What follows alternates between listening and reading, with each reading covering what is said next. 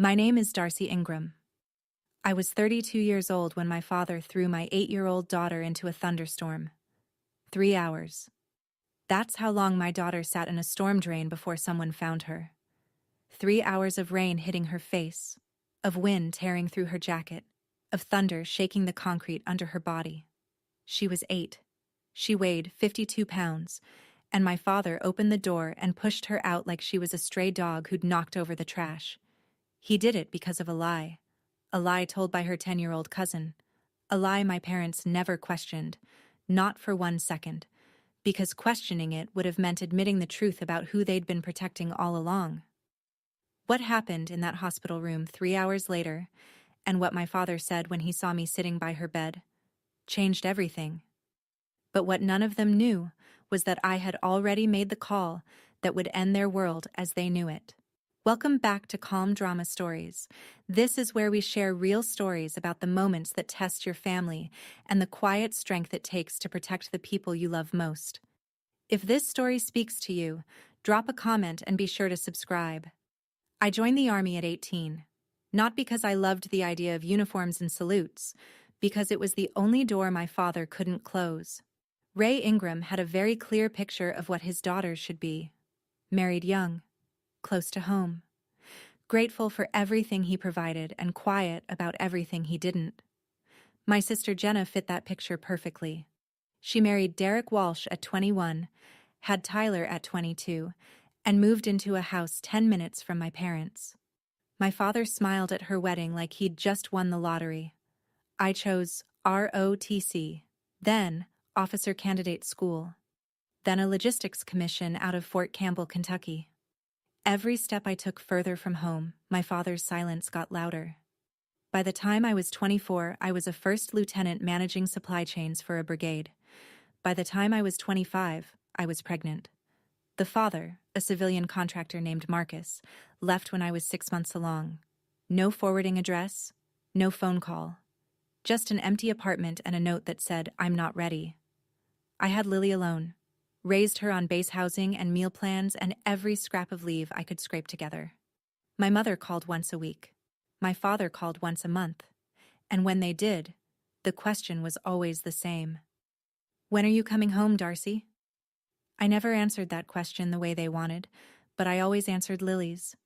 "Where are we going next, Mommy?" "Wherever the Army sends us, baby. And we'll make it work." I was good at making things work. I was not good at seeing what was happening when I wasn't there to watch. When I got orders for a 9-month rotation in Kuwait, I had 72 hours to finalize my family care plan. Every military parent knows that form. It's Department of Defense standard. You designate a caregiver. You sign custody paperwork. You leave your child with someone you trust and you fly halfway around the world hoping you made the right choice. My parents volunteered before I asked. My mother called the morning after I told her about the deployment. "She's our granddaughter. Of course we'll take her." I remember feeling relieved. Lily would be in a house with a yard, a school district rated 8 out of 10, and 2 grandparents who had raised 2 kids of their own. The alternative was my Army buddy's wife, a woman Lily had met twice. The choice felt obvious. I signed the family care plan designating Ray and Connie Ingram as Lily's temporary legal guardians. I set up an automatic transfer of $1,200 a month into their checking account. Childcare, groceries, school supplies. My father never mentioned the money. Not once. And I later found out he never told Jenna either. Jenna's son Tyler was already practically living at my parents' house. He had a bedroom there, a toothbrush in the bathroom, a drawer full of clothes. When Lily arrived with her suitcase, my mother put her in the guest room. The one with the pull-out couch and no curtains. Tyler had a room with baseball posters and a nightlight shaped like a rocket. Lily had a couch that folded. I didn't know that then. Lily didn't tell me. And when I asked my mother if Lily was settled, she said, "She's adjusting just fine." That was the first lie. It wouldn't be the last. The night before I deployed, I sat on Lily's bed in our base housing apartment and pulled a small card from my pocket. Military Dependent ID, her photo on the front. My name printed underneath. Emergency contact number on the back. I clipped it to the inside pocket of her backpack. "What's that for?" she asked. This tells anyone who finds you that you belong to me. No matter where I am. No matter how far. You show someone this card and they will call your mom. She ran her fingers over the plastic. Even if you're in another country? Even then. She was quiet for a moment. Then she said something that should have stopped me cold. What if Grandpa gets mad again? Again. I set down the water bottle I was packing and looked at her. What do you mean again? She picked at the edge of her blanket. Nothing. He just gets loud sometimes. Loud how? Like when Tyler breaks something and Grandpa thinks I did it. He yells, but then Grandma says it's fine. I knelt in front of her. Has Grandpa ever scared you? She shrugged. 8-year-old shrug. The kind that means yes but doesn't have the vocabulary for it yet. I filed it away. Told myself I'd watch more carefully from overseas. Told myself I'd ask my mother about it. Told myself that my father was strict, not dangerous, and that Lily was safe. I was wrong about one of those things. And by the time I figured out which one, my daughter was in a storm drain 4 blocks from my parents' house. I kissed her forehead. I'll call you every week, I promise. Promise. I kept that promise. My parents didn't keep theirs. Kuwait was hot, flat, and 18 hours ahead of Tennessee. My workdays ran 12 to 14 hours managing supply routes for 3 forward operating bases. I scheduled my video calls for 6 in the morning local time, noon back home, because that was Lily's lunch break at school. Except the calls never happened at school. My mother insisted on hosting them from the kitchen. Better Wi-Fi, she said. But the real reason became clear after the second week. Connie was always in the frame, hovering behind Lily, adjusting the camera angle, smiling. How's school, baby? Fine. What did you do today? Stuff. Are you and Tyler getting along? Pause. I don't know. She used to talk for 20 minutes straight. About the caterpillar she found. About the girl in her class who could burp the alphabet. About the bird that landed on the playground fence. Now she gave me single-word answers and looked past the camera like she was waiting for permission to leave. I tried asking my mother directly. Is something going on with Lily? She seems different. Connie waved her hand. She's adjusting. All kids do this when their routine changes. She just needs time. Can I talk to her alone next time? Without you in the room? The Wi-Fi is better in the kitchen, Darcy. You know that. I didn't push it. I should have. 2 weeks later, I noticed something else. Lily stopped mentioning Tyler by name. Used to be Tyler and I played in the yard, or Tyler showed me his baseball cards. Now it was just silence when I asked. You and Tyler doing okay? She looked down. Yeah. You sure? Can I go now, Mom? Grandma says lunch is ready. I let her go. I shouldn't have. The care package arrived on a Tuesday. Brown cardboard box, stamped slightly crooked. My mother's handwriting on the label. Inside, 2 bags of Lily's favorite gummy bears, a photo of Lily at a school event, and a folded piece of construction paper. I opened the drawing. Stick figures. Left side of the page. A tall man, a woman with curly hair, a smaller woman holding hands with a boy. All grouped together, smiling. Bright crayon colors. Red, yellow, blue. Right side. 1 figure. Small. No smile. Brown hair. Standing alone. No one touching her. At the bottom, in careful child handwriting, my family. I sat on my bunk and stared at it for a long time. My daughter drew herself outside her own family. I called home immediately. My father answered. His voice carried that edge it always had when I called during his evening shows. Is Lily there? She's upstairs. What do you want? I got a drawing from her. She drew the family and she put herself off to the side. Alone. Silence. Then a grunt. Kids draw nonsense, Darcy. Don't read into everything. She drew everyone else holding hands. She drew herself standing by herself. She's fine. Your mother takes good care of her. Maybe if you were here instead of playing soldier across the ocean, your daughter wouldn't draw sad pictures. He hung up. I pulled out a small notebook I kept in my footlocker. The kind with the hard green cover and the elastic band. I wrote the date. I wrote what he said. I wrote what the drawing showed. Then I folded the drawing and slipped it into the breast pocket of my uniform. It stayed there for 4 months, against my chest, against my heart. I started paying attention to the details I'd been missing. Small things, things that added up. Lily's school had an online portal, parent access. I could see attendance records, teacher notes, after-school pickup logs. I checked every morning before my shift. Tyler Walsh, picked up by Ray Ingram every day at 3:15. Car pickup lane, like clockwork. Lily Ingram, enrolled in after-school program, pick up at 5:30. Different parent listed for emergency contact. My mother, not my father. He didn't even put his name on her file. I called the school office. The receptionist was kind. Lily's doing well academically. She's quiet though. Very quiet. Does someone pick her up? She's in the extended day program. Her grandmother picks her up around 5:30, sometimes closer to 6. Tyler left at 3:15. Lily waited 2 more hours, every day. Tyler's birthday in October. I saw photos on Jenna's social media. 15 kids. Bounce house in the backyard.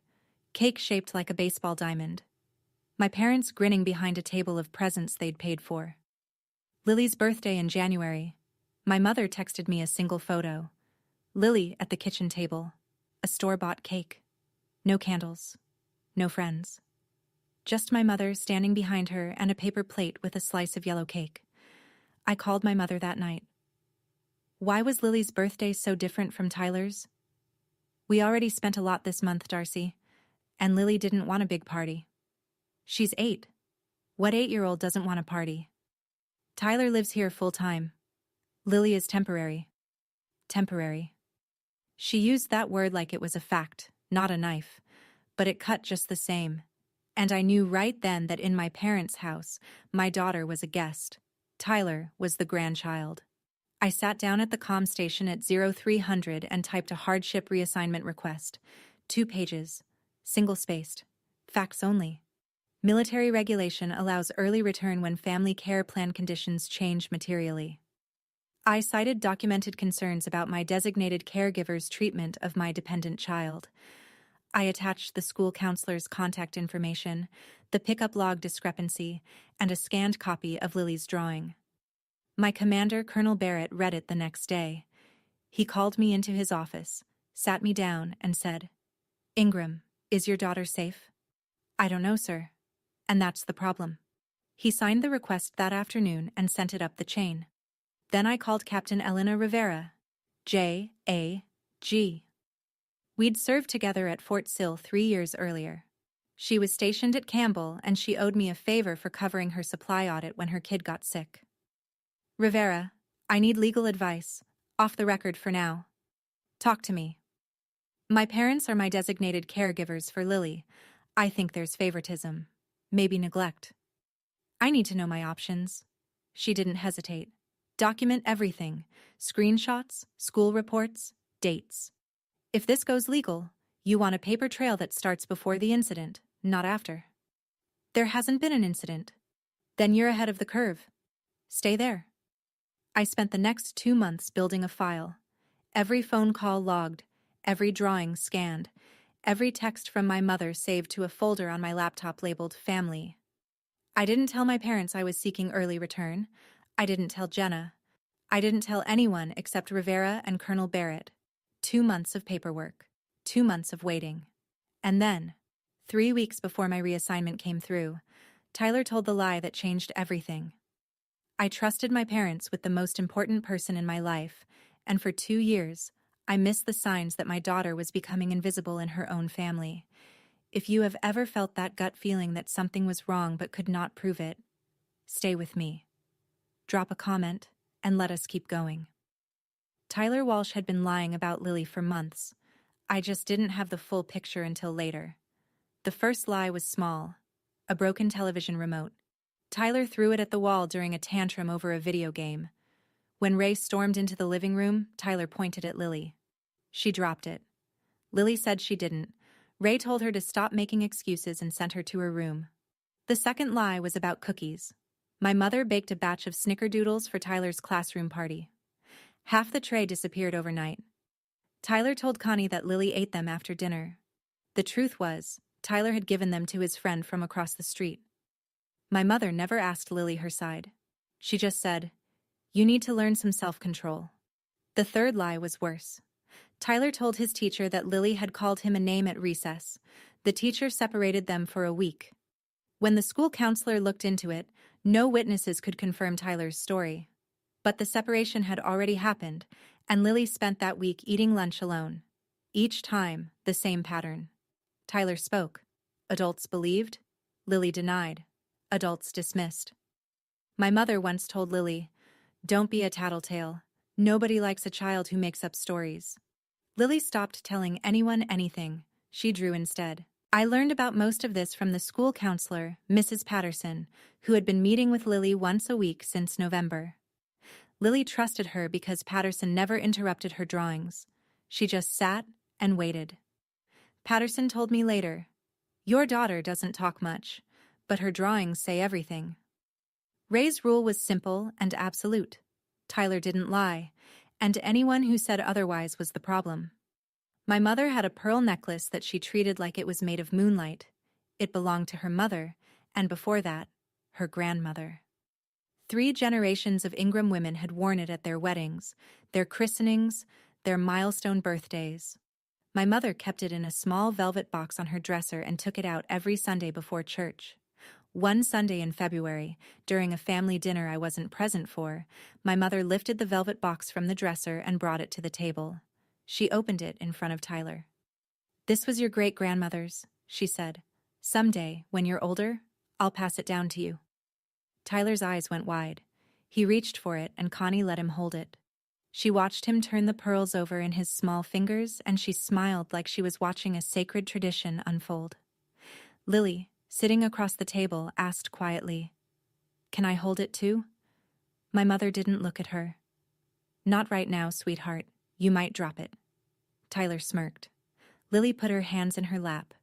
Jenna, sitting beside Tyler, leaned toward my mother and said just loud enough for Lily to hear, "You know Lily's clumsy. Remember the vase?" The vase. A ceramic vase Tyler had knocked off the shelf while roughhousing.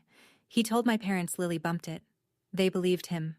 My mother spent the rest of that evening reminding Lily to be more careful with other people's things. After dinner, Lily went to the guest room. She sat at her desk and drew. She didn't come out until my mother called her for her bath. Nobody checked on her. Nobody asked what she was drawing. Nobody noticed she had gone quiet again. Mrs. Patterson called me on a Saturday morning, 5 in the afternoon her time. I was eating dinner in the mess hall when my personal phone buzzed with a Tennessee number I didn't recognize. "Lieutenant Ingram, this is Gail Patterson. I'm the counselor at Millbridge Elementary. I work with Lily." I stepped outside. The wind was hot and smelled like diesel. "Is she okay?" "Physically, yes, but I wanted to talk to you about some patterns I've been seeing." She told me Lily had been increasingly withdrawn since January. She no longer played with other children at recess. She sat in the corner of the cafeteria and drew. She flinched when adults raised their voices near her. Then Patterson told me something that made me grip the railing so hard my knuckles turned white. She told me her grandfather says she's not a real Ingram. I closed my eyes. The heat pressed against my face. He said that. Those were her exact words. She said he told her that real Ingrams don't steal and don't lie. Not a real Ingram. My father said that to me the day I told him I was enlisting. He stood in the kitchen of the house I grew up in and said, "Real Ingrams stay with their family. You're walking out on everything." Now he was saying it to my daughter, 8 years old, 52 pounds. And he was telling her she didn't belong. Patterson continued, "I'm not required to file a formal report yet, but I wanted you to be aware." "Thank you. Can you email me your session notes?" "I can send them to your military email by Monday." I hung up, forwarded the voicemail to Rivera, and added 3 lines to the green notebook. My father had learned nothing, and my daughter was learning all the wrong things. I called Jenna the next day. I told myself it would be a sister-to-sister conversation. Calm. Honest.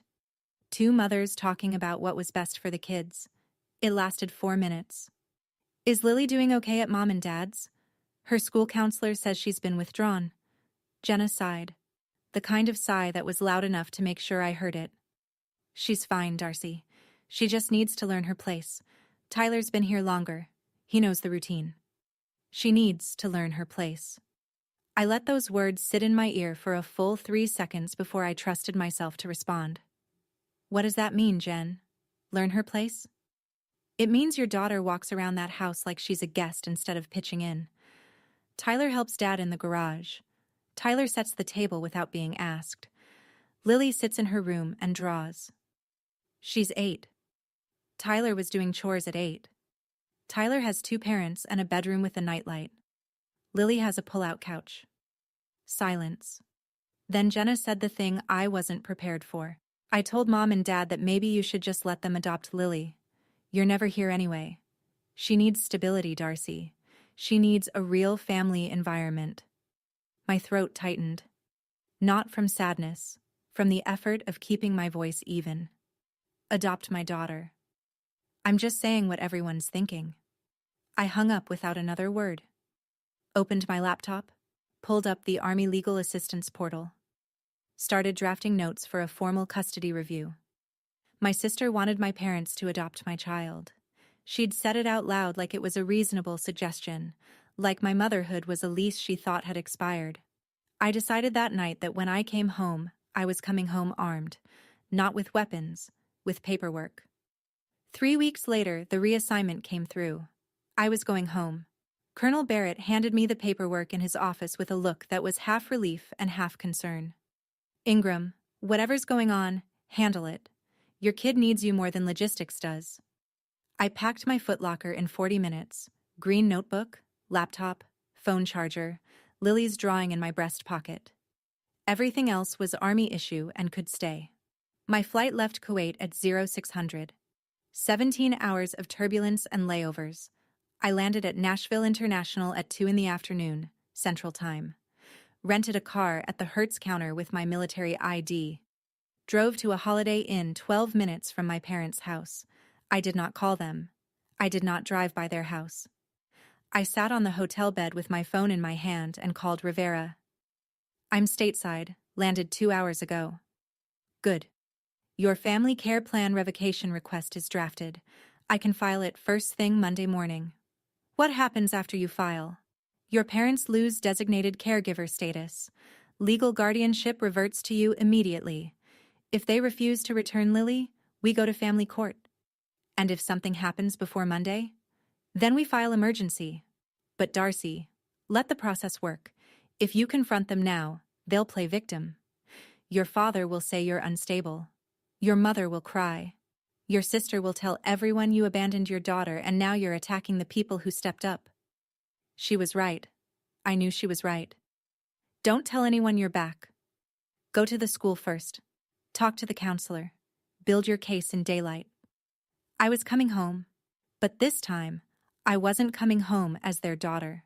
I was coming home as Lily's mother. And there was a difference between those two things that my parents were about to learn. I drove to Millbridge Elementary the next morning, 9:15 on a Thursday. The parking lot smelled like wet mulch and bus exhaust. Mrs. Patterson was waiting for me. She had a folder. Manila. Thick. My daughter's name written on the tab in blue ink. Thank you for meeting me, I said. I've been hoping you'd come. She opened the folder on her desk. 6 months of Lily's drawings, arranged by date. The first one, from September. Lily and Tyler at a table. Tyler big, Lily smaller. Both smiling. Normal. Fine. October. Family grouped together. Lily drawn slightly to the left. Still smiling, but a gap had appeared between her figure and the others. November. Lily's figure smaller, the other figures taller, no one holding her hand. December. Grandpa's face. A large circle. Red crayon. Mouth wide open. Tiny figure at the bottom. Tears drawn as blue dots. January. Tyler's birthday. A boy surrounded by balloons and people and presents. In the bottom right corner, a girl with brown hair sitting alone, an X drawn over her body. February. Just 2 figures. One small with brown hair, one tall, wearing green, holding hands. The caption, in wobbly letters, "What I want." I turned that last drawing over in my hands 3 times. Patterson said quietly, "She drew you in your uniform." "I know." "She never drew her grandparents after December. She stopped including them." I photographed every drawing, front and back, dates visible. Then I photographed Patterson's session notes. 12 pages of observations, quotes, behavioral flags. I sent the entire file to Rivera. Then I sat in my rental car in the school parking lot and cried. The kind of crying that comes from the chest, not the eyes. The kind where your hands grip the steering wheel because if you let go, you might not stop shaking. 7 months overseas. 7 months of 12-hour shifts and satellite calls, and she's adjusting just fine. Those drawings were going to speak louder than anything I could say in court. That afternoon, I parked across the street from my parents' house. 3:45. School bus due any minute. Tyler came first. My father walked out to meet him at the curb, ruffled his hair, took his backpack. Said something I couldn't hear, but that made Tyler laugh. They walked inside together. Door stayed open. 20 minutes later, the second bus came. Lily stepped off. She stood on the sidewalk for a moment, adjusting her backpack straps. Then she walked up the driveway. The front door was closed. She knocked.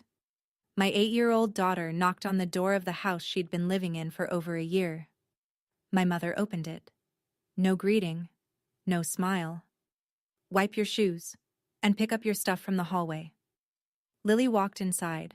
The door closed behind her. Through the front window, I could see Tyler on the couch. Snack plate, television, feet up. Lily disappeared upstairs within 30 seconds. I sat in my car with both hands on the wheel and made myself breathe. Then I called Mrs. Calloway. Phyllis Calloway. 70 years old, lived next door to my parents since before I was born. She taught me how to make lemonade when I was 6. She brought my mother pie every Thanksgiving. "Mrs. Calloway, it's Darcy. I'm back from deployment." "Darcy? Oh, honey. Oh, honey, I'm glad you called. I need to ask you something about Lily." She was quiet for a moment. Then she said, "That little girl sits on the porch alone every evening after dinner, Darcy, while Tyler plays in the yard with your father. She just sits there. Have you seen anything else? Your father yells at her like she's a stray, Darcy. I hear it through the walls. It's been getting worse since Christmas." I wrote down every word she said.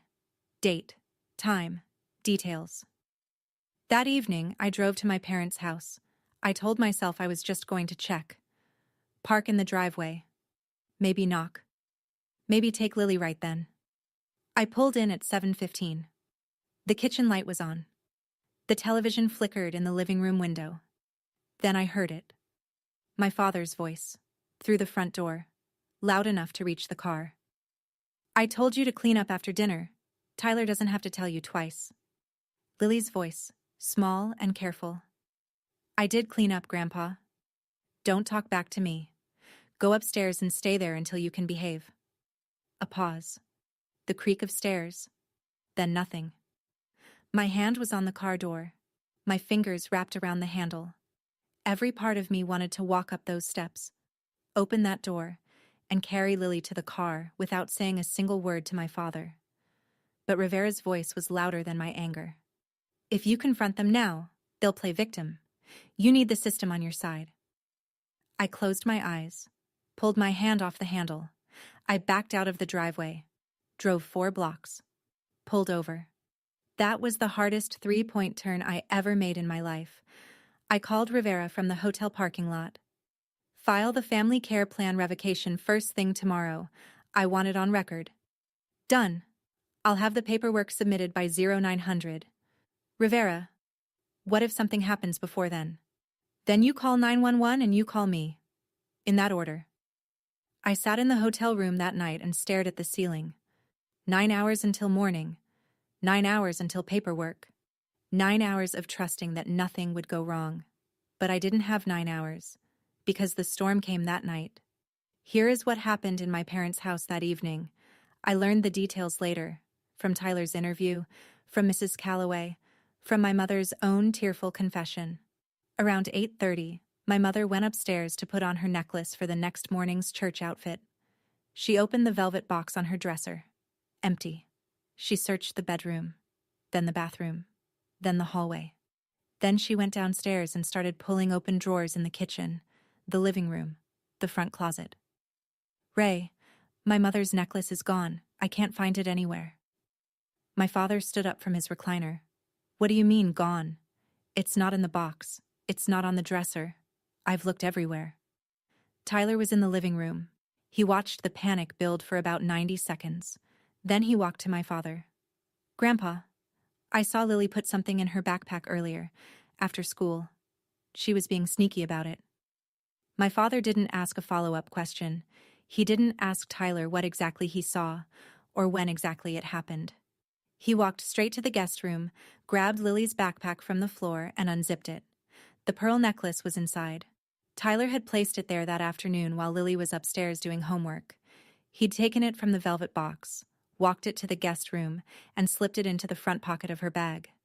Then he'd zipped it closed and gone back to the television. He was 10 years old. He knew exactly what would happen. My father's face turned a shade of red I'd only seen once before, the day I told him I was joining the army. Lily, get down here, now. She came down the stairs in her pajamas, bare feet on the hardwood, hands at her sides. She had no idea what was coming. The storm had been building since sundown. By 8:45, the rain was sideways. Wind gusts shook the gutters and sent branches scraping across the roof. A March thunderstorm in Tennessee, the kind that turns streets into rivers and knocks out power lines. Inside the house, my father held up the pearl necklace in one hand and Lily's backpack in the other. You stole this from your grandmother's dresser. I didn't, Grandpa. I didn't take it. It was in your bag. I don't know how it got there. He threw the backpack on the floor. 2 years I've put up with this. 2 years of your attitude, your lying, your sneaking around. My mother stood behind him, clutching the necklace against her chest. She said nothing. She didn't defend Lily. She didn't ask questions. Jenna arrived 10 minutes later. My parents had called her. She walked in, saw Lily sitting on the bottom stair, and crossed her arms. This is what happens when a child doesn't have structure. I've been saying it for months. Tyler stood in the living room doorway. He didn't speak. He picked at his fingernails and watched. My father leaned over Lily. You have anything to say for yourself? I didn't do it, Grandpa. He straightened up, looked at my mother, looked at Jenna, then looked back at Lily. Tyler said he saw you. Your grandmother is heartbroken, and you're sitting here lying to my face. Thunder cracked outside. The kitchen window rattled. Lily pressed her back against the stair railing. She held her knees to her chest. She didn't cry. She just went very, very still. The kind of still that 8-year-olds learn when the adults around them have become unpredictable. And then my father said the words that put my daughter in the hospital. He stood over her on the stairs, Jenna behind his right shoulder, my mother behind his left. I've had enough of you. His voice filled the hallway like it owned the walls. 2 years of your behavior, the lying, the attitude, the stealing. I didn't steal anything, Grandpa. Tyler doesn't lie. It came out of his mouth the way scripture comes out of a preacher. Absolute, final, unquestionable. Tyler doesn't lie. The sun rises in the east, water is wet. And Tyler doesn't lie. My mother touched my father's arm. Ray, maybe we should... He pulled his arm away. No, I'm done. She needs to learn what happens when she disrespects this family. Jenna, from behind. Dad's right. This has gone on way too far. Tyler, still in the doorway, said nothing. He pressed his back against the frame and picked at the skin around his thumbnail. A nervous habit. The kind a 10-year-old develops when the lie he told is growing bigger than he planned. My father reached down and grabbed Lily's backpack from the floor, shoved it into her lap. You want to act like you don't belong here? Fine. Lily looked at him. Then she looked past him, at my mother. Connie's eyes were wet, but her mouth was a flat line. She didn't move, didn't reach for Lily, didn't step between them. Then Lily looked at Jenna. Jenna uncrossed her arms long enough to check her phone. My daughter looked at every adult in that hallway, and not a single one of them looked back. My father walked to the front door. The sound of rain filled the house the second he turned the handle. Wind pushed the door open wider than he meant it to. He didn't close it. He just pointed. Get out. I don't need a lying granddaughter. Those words left his mouth at 8:53 on a Thursday evening in March. The rain was falling so hard it bounced off the porch steps.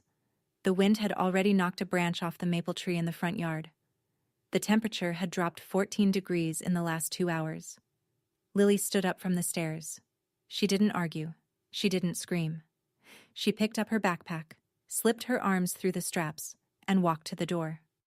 She was wearing pajamas, cotton pants with little stars on them, a long-sleeved shirt that said Future Scientist. No shoes, no jacket, no phone. She stepped through the doorway and the rain hit her immediately. Within seconds, her hair was flat against her face. My father slammed the door behind her. Next door, Mrs. Calloway was rinsing her dinner plate when she heard the slam. She looked through her kitchen window and saw a small figure walking down the sidewalk. In the rain, in pajamas, bare feet slapping wet concrete. She picked up her phone. 911. There's a child walking alone outside in this storm. She just came out of the house next door. Inside my parents' house, my mother sat down at the kitchen table. She held the pearl necklace in both hands and stared at it. Ray, maybe we should let her back in. She'll catch a cold. She'll come back when she's ready to apologize. Jenna put on her coat. I need to get home before the roads get bad. Tyler, let's go. Tyler didn't move right away. He stood in the doorway looking at the closed front door. He stayed there for about 5 seconds. Then he followed his mother to the garage. Nobody went after Lily. Nobody checked the porch. Nobody looked out the window. My daughter walked 4 blocks in a thunderstorm before she found a storm drain large enough to crawl into. She sat inside it, hugging her knees, her backpack over her head, until the blue and red lights found her. The police officer who found her was named Gutierrez, patrol unit, responding to Mrs. Calloway's call. He drove the route 3 times before his flashlight caught the glint of a backpack reflector inside a concrete drainage opening 4 blocks from my parents' house. Lily was shaking so hard she couldn't speak. Her feet were bleeding from running barefoot on asphalt. Her lips were blue. She held her backpack against her chest like a shield. Gutierrez wrapped her in a thermal blanket from his trunk and radioed for an ambulance. EMTs arrived in 9 minutes. They transported her to County General. Mild hypothermia, scrapes on both knees and the soles of both feet. Dehydrated, heart rate elevated. Not critical, but not okay. At the hospital, a nurse checked Lily's backpack for identification. Inside the front pocket, tucked into the same slot where Tyler had planted the pearl necklace, she found a small plastic card. Military Dependent ID Lily Ingram. Emergency contact, First Lieutenant Darcy Ingram. The nurse dialed the number at 9:37. I was sitting on my hotel bed 12 minutes away, staring at the ceiling, counting the hours until Rivera could file the revocation paperwork, when my phone rang with a local number. This is County General Hospital. We have your daughter, Lily Ingram. She was brought in by police about 20 minutes ago. I was in my car before the nurse finished explaining. I drove 11 minutes in the rain. Parked crooked in the emergency lot. Ran through the sliding doors. A nurse pointed me down the hall. Room 4. Lily in a hospital bed. IV drip in her left arm. Monitors beeping. Her hair still damp. Her eyes closed. I sat down beside her. Took her hand. I'm here. I'm not leaving. Her eyes opened. Mommy? Yeah, baby, I'm right here. In her other hand, crumpled against her palm, was a drawing. 2 stick figures. One small, one in green, holding hands. 20 minutes later, a woman in a gray cardigan and glasses knocked on the open door. Badge on a lanyard. Clipboard under her arm. I'm Nancy Odom, hospital social worker. Do you have a moment? I didn't let go of Lily's hand. Come in. She pulled a chair to the foot of the bed and sat down. Professional. Careful. The kind of careful that meant she'd done this before and knew how it went. I'm required by law to file a report with Child Protective Services. An 8-year-old was admitted tonight with exposure injuries, and no legal guardian present at the time of incident. I understand. Can you tell me your relationship to the patient? I'm her mother, Darcy Ingram, First Lieutenant, United States Army, currently stationed at Fort Campbell. I handed her my military ID. She copied the information onto her form. Who was responsible for Lily this evening? My parents, Ray and Connie Ingram. They're her designated caregivers under my military family care plan. Was she sent out of the house? I believe so. The neighbor who called 911, her name is Phyllis Calloway. She lives next door. She can confirm what she saw. Nancy wrote for a full minute without looking up. Then she said, CPS will open an investigation within 24 hours. An investigator will contact the caregivers and conduct interviews. I understand. She looked at me over her glasses. Is there anything else you want me to know? My daughter has been living with my parents for just over a year. I have documentation of ongoing concerns, school counselor reports, behavioral observations, communication logs. I can provide all of it. Please do. After she left, I called Rivera.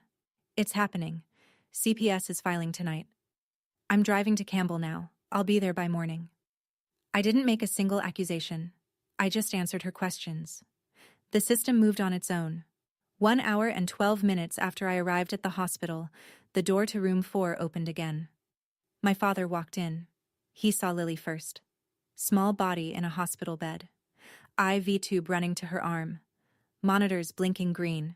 Her pajamas had been replaced with a hospital gown 2 sizes too big. The color left his face like someone pulled a plug. Then he turned and saw me. Sitting in the chair beside the bed, still wearing my army jacket. The one with my name stitched over the left pocket. His hands started shaking. Both of them. Fingers trembling against his thighs like he was trying to hold something that kept slipping. You can't be here. How did you get here? I've been here for an hour, Dad. You're supposed to be overseas. You're deployed. I came back early. His mouth opened. Closed. Opened again. Nothing came out. My mother came in behind him. She saw Lily and her hand flew to her mouth. Then she saw me and she started crying instantly. The kind of crying that already had words loaded behind it. If you'd been here, none of this would have happened. I looked at her, held her gaze. I trusted you to be here for her, Mom. My father tried to regain footing. The girl stole your mother's necklace. No, she didn't. Tyler is 10 years old, and we're not going to have this conversation in a hospital room. A nurse appeared in the doorway. I need to ask the visitors to keep their voices down, please. I stood up. Not fast, not aggressive, just stood. Dad, Mom, I think you should leave. CPS will be contacting you tomorrow. My father's face shifted from pale to red in 2 seconds. CPS? You called CPS on your own parents? The hospital did. Because that's what happens when an 8-year-old ends up in the emergency room during a thunderstorm with no guardian. He opened his mouth to argue. I waited. He closed it. They left without another word. My mother's crying echoed down the hallway long after the elevator doors closed. The hospital went quiet after midnight. Fluorescent lights dimmed to a low hum. Shoes squeaked on linoleum. Someone's monitor beeped down the hall in a slow, patient rhythm. I pulled my chair closer to Lily's bed and rested my elbows on the railing. She woke up around 1 in the morning. Her eyes opened slowly. She looked at me like she wasn't sure I was real. Am I in trouble? No, baby. You are never in trouble for telling the truth. She was quiet for a while. Then she said, in a voice so small it barely reached the pillow, Tyler put the necklace in my bag. I saw him do it after school. He went into the guest room when he thought I was upstairs, but I was on the stairs. I saw. Why didn't you tell Grandpa? Because Grandpa wouldn't listen. He never listens when it's about Tyler. I smoothed her hair back from her forehead. It was still damp at the roots. I know. And I'm going to make sure the right people listen this time. She closed her eyes. Her breathing slowed. Her grip on my hand loosened but didn't let go. I sat in the dark for a long time after that, listening to the monitors, watching the IV drip count seconds. Then I opened my phone and typed an email to Rivera. Subject line: Evidence Package, CPS Investigation Ingram. I attached the school counselor's session notes, the scanned drawings, Mrs. Calloway's phone number, and a summary of our conversation, the hospital intake form the nurse had given me, my family care plan documentation, every screenshot, every log entry, every line from the green notebook. I had spent 2 years trusting the wrong people with my daughter. That night, sitting in that hospital chair, I started trusting the right ones. 72 hours later, my parents walked into a room they never expected to see. My daughter was in a hospital bed because the people I trusted most threw her into a storm. I did not scream. I did not threaten. I let the system do what it was built to do. If you know what it is like to stay calm when everything inside you wants to break, this next part is for you. Keep watching. Ms. Torres arrived at my parents' house on Monday morning at 9:15. CPS investigator. 14 years on the job. Short hair. No-nonsense posture. A leather portfolio thick with forms.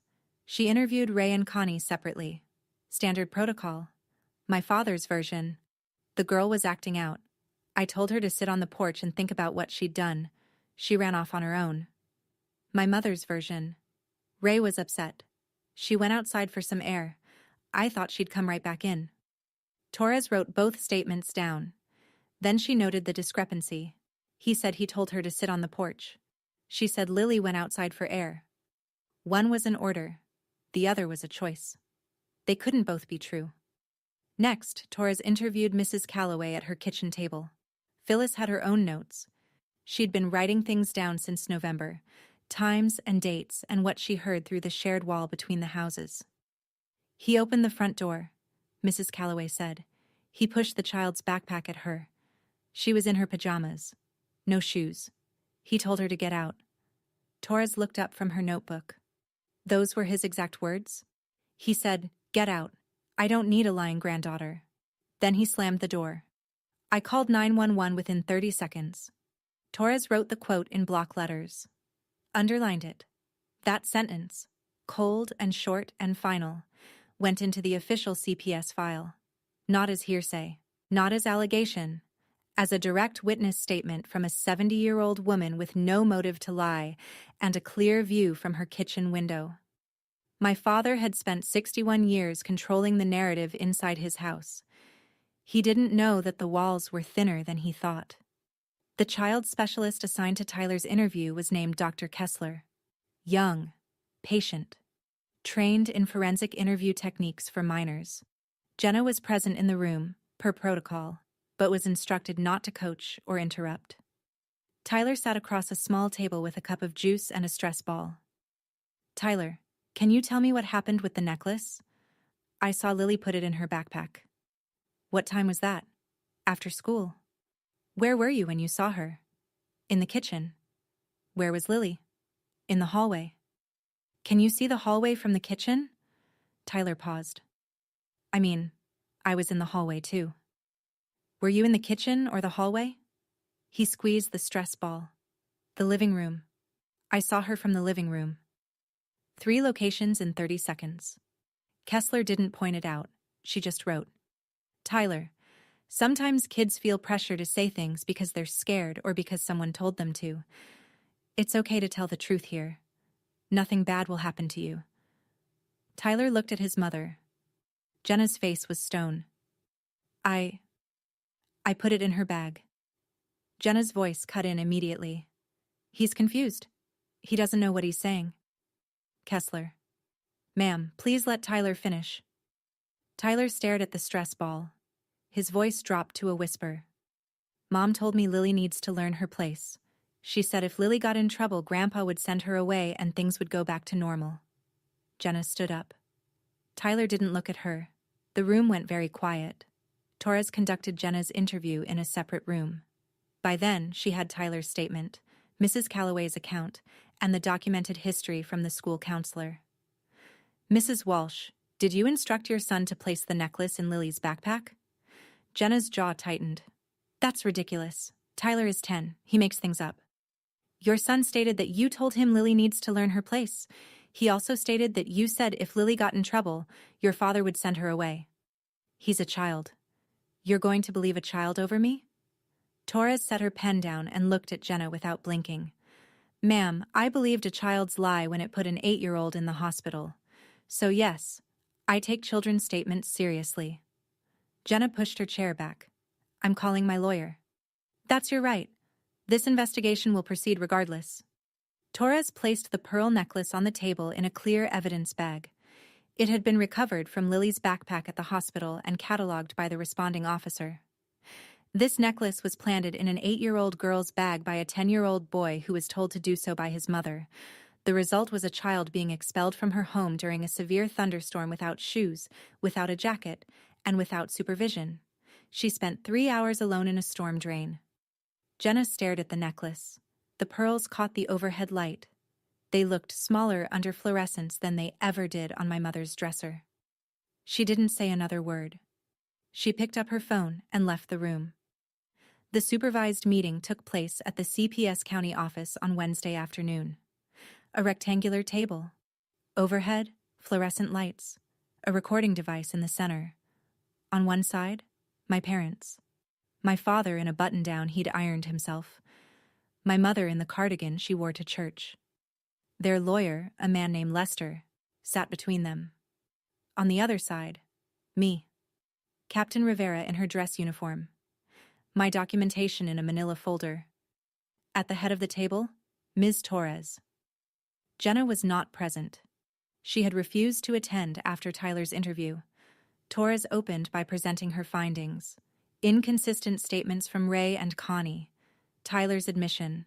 Mrs. Calloway's witness account. School counselor documentation spanning 6 months. Hospital records confirming Lily's injuries. My father tried to interrupt twice. Both times, Lester put a hand on his arm. The third time, my father couldn't hold it. This is a family matter. You're turning a discipline issue into... Torres. Mr. Ingram, an 8-year-old, was hospitalized with hypothermia. This is a child welfare matter. My mother started crying. Quiet tears that ran down the lines in her face. We love Lily. We made a mistake. One mistake. I looked at her across the table, kept my voice level. You said if I'd been here, none of this would have happened, but I trusted you to be here for her. That was my only mistake, and I won't make it again. Rivera opened my folder. Family Care Plan Revocation, already filed. Request for sole custody review, submitted to family court. Documentation of the $1,200 per month my parents had received for childcare.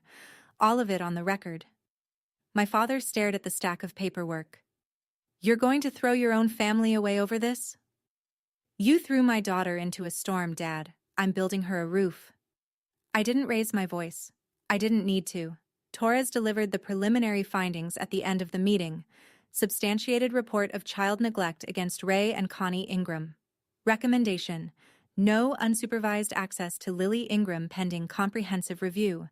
All future contact to occur at a monitored visitation facility, bi-weekly, 2-hour sessions. Rivera confirmed. Family care plan officially revoked. Lily's legal guardianship reverted to me. The custody order would be formalized through family court within 30 days. My father stood up. His chair scraped the floor. His hands were shaking again. The same way they had at the hospital. The same tremor that started in his fingers and worked its way to his wrists. Darcy, she's my granddaughter. She is. And that's exactly why this has to happen. My mother reached across the table for my arm. Her fingers brushed my sleeve. I gently pulled my hand away. Not fast, not angry, just a boundary. Mom, I love you. But loving someone doesn't mean letting them hurt your child. She pulled her hand back and pressed it against her mouth. Lester stood and gathered his papers. He looked at my parents with the face of a man who knew his clients had no defense. He shook Torres's hand, nodded at Rivera, and guided Ray and Connie toward the door. My father stopped in the doorway. He turned back, opened his mouth. Then he looked at the table where the paperwork sat. The revocation, the custody request, the witness statements, the hospital records, and closed it. He left without saying another word. My mother followed him. The door clicked shut. I walked out of the CPS office into a hallway that smelled like floor cleaner and burnt coffee. Lily was in the lobby. Rivera's paralegal, a young sergeant named Kim, had been reading her a book from the waiting room shelf. Something about a dog who lost his bone. Lily looked up when she heard my footsteps. She slid off the chair and ran to me. Her arms went around my waist. She pressed her face into my jacket. "Are we going home?" "Yes, baby, we're going home." She pulled back and looked up at me. "Our home?" "Our home." I took her hand. Her backpack hung from one shoulder. I could see the edge of the military-dependent ID card still clipped to the inside pocket. The same card I'd put there the night before I deployed. I had put that card on her because I trusted my parents to keep her safe. But when the system failed and the people failed and the storm came, that small piece of plastic with my name on it was what brought her back to me. Not my parents, not my sister. A laminated card and a nurse who dialed the number on the back. We walked out into the parking lot. The sun was out. First clear day in a week. I didn't look back. 3 months later, Lily and I were living on base at Fort Campbell. Small apartment, 2 bedrooms. Her room had lavender curtains she picked out herself, and a desk where she drew every evening after dinner. I had been reassigned to a desk position, logistics coordination, stateside. No deployments for at least 12 months. My commander signed off without hesitation. Family court had formalized the custody order in April. Sole physical and legal custody to me. My parents were granted supervised visitation, 2 hours every other Saturday, at a monitored facility 20 minutes from their house. A social worker present for every visit. The first visit was in May. My father brought Lily a coloring book. Horses and flowers. He set it on the table between them and sat down in a plastic chair. He didn't know what to say. Lily didn't either. They colored together for 45 minutes. My father asked her about school. She told him about her art class. He didn't raise his voice. He didn't mention Tyler or Jenna or the necklace or the storm. When the 2 hours ended, he stood up and said, "I'll see you in 2 weeks, Lily." She said, "Okay, Grandpa." He walked out to the parking lot and sat in his truck for 10 minutes before driving away. I know because the social worker told me. Jenna had not contacted me since the CPS meeting. Derek, her husband, came back from his oil rig rotation and had to be told the full story. They enrolled Tyler in counseling, per CPS requirement. Tyler sent Lily a handwritten note that arrived in June. "I'm sorry I lied about the necklace. I hope you're not mad." Lily asked me if she had to write back. I said it was her choice. She wrote back 3 days later. "It's okay. I hope you're doing better." My mother called me every Sunday evening. The conversations were short. "How is Lily?" "She's doing well, Mom." "Can I send her something?" "You can send it to our address." "Darcy, the schedule is set, Mom. We'll see you on Saturday." My father's hand still shook when he saw Lily at the visitation center. I didn't know if it was guilt or fear or something he didn't have a name for yet. But he sat in that room for 2 hours every other Saturday, and he never raised his voice. He never said, "lying granddaughter," again. Not once. I used to think protecting my daughter meant making sure she had a roof and food and people around her. I was wrong. Protecting her meant making sure the people around her deserved to be there. And when they didn't, it meant having the courage to be the one who said enough. Not with a scream, not with revenge, just with the truth, a stack of paperwork, and a mother who finally came home. That is my story. One storm, one lie, and one mother who came home just in time. If this reminded you that protecting your child is never overreacting, share this with someone who needs to hear it. Thank you for being here. Drop a comment, hit subscribe, and I will see you in the next one.